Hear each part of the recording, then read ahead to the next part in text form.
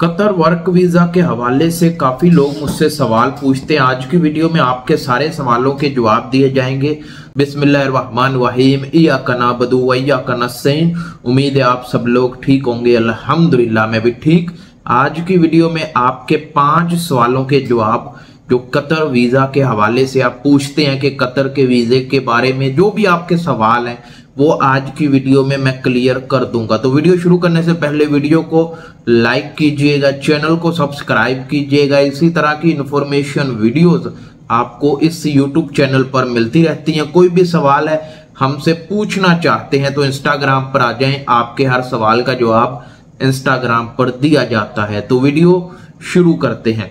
जो सबसे ज्यादा और सबसे पहला सवाल है वो कतर का वीजा कितने दिन में आता है। कतर का वीजा मैक्सिमम जो होते हैं 2 दिन के अंदर, रेडी टू प्रिंट मेडिकल के 24 घंटों के अंदर अंदर आपका वीजा रेडी टू प्रिंट आ जाता है। और कुछ लोगों का 1 हफ्ते में भी आता है और कुछ लोगों का 10 दिन में भी आता है। तो इसलिए ज्यादा से ज्यादा टाइम लगता है 10 दिन और कम से कम टाइम लगता है 24 घंटे। मैं अपना बताऊं तो मेरा वीजा रेडी टू प्रिंट 24 घंटे के अंदर अंदर आ गया था। 2022 की बात कर रहा हूं। 2022 में मेरा वीजा रेडी टू प्रिंट 24 घंटे में आ चुका था। उसके बाद जो दूसरा सवाल पूछते हैं, कतर का वीजा कितने का है। कतर का वीजा मैक्सिमम और डिपेंड करता है आप किस वीजे पर आ रहे हो। लेबर वीजे पर आ रहे हो, किसी अच्छे वीजे पर आ रहे हो, सिक्योरिटी के वीजे पर आ रहे हो, या मुख्तलिफ जो एजेंसियों के रेट चलते हैं वो 3 लाख से लेके 4.5 लाख तक का वीजा मिलता है पाकिस्तान में एजेंसी के थ्रू। अगर आप आते हो, अगर आपका इधर कोई रिश्तेदार है, कोई भाई, कोई दोस्त इधर काम कर रहा है, वो इधर से आपको वीजा लेकर भेजे, उसमें फिर आपका कोई खर्चा नहीं है। टिकट भी आपको कंपनी देती है, जिस कंपनी से आपका वीजा भाई लेकर दे, टिकट आने जाने का और क्या कहते हैं हर चीज आपका कंपनी प्रोवाइड करती है। आपको किसी किस्म का पैसा नहीं लगता। अगर आप पाकिस्तान से लेते हो तो ये जहन बना लें 3 लाख से ऊपर लगेगा और 4 लाख मसलन 3-4 लाख के दरमियान आपका खर्चा आएगा। और उसके बाद जो तीसरा सवाल है, कतर जाने के लिए क्या करना होगा।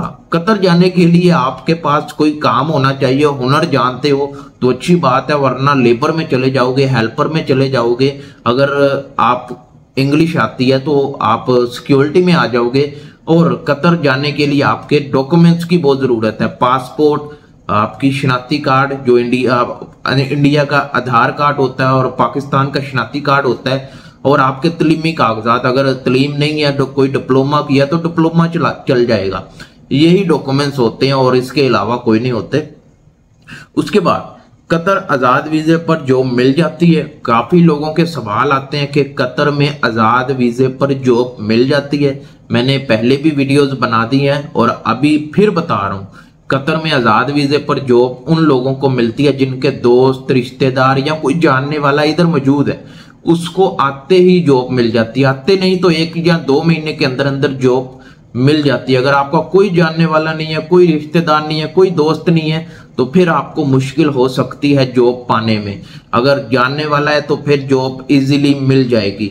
उसके बाद जो 5वां सवाल है और लास्ट सवाल है, कतर में लेबर की सैलरी कितनी होती है। कतर में लेबर की सैलरी 1000 रियाल, कम से कम लेबर की सैलरी, और ज्यादा भी होती है, यानी 1200 भी लेबर की सैलरी होती है। बेसिक की बात कर रहा हूं, बेसिक की। बाद में ओवर टाइम लगाओगे तो वो बढ़ जाएगी। हम बेसिक की बात करें, कोई काम जानते हो तो 1200 लग जाएगी। अगर किसी ज्यादा ही हेल्पर की जॉब में आ रहे हो, बिल्कुल काम नहीं जानते, तो 1000 रियाल लगेगी। इससे कम आपकी सैलरी कतर में लेबर में नहीं लगेगी।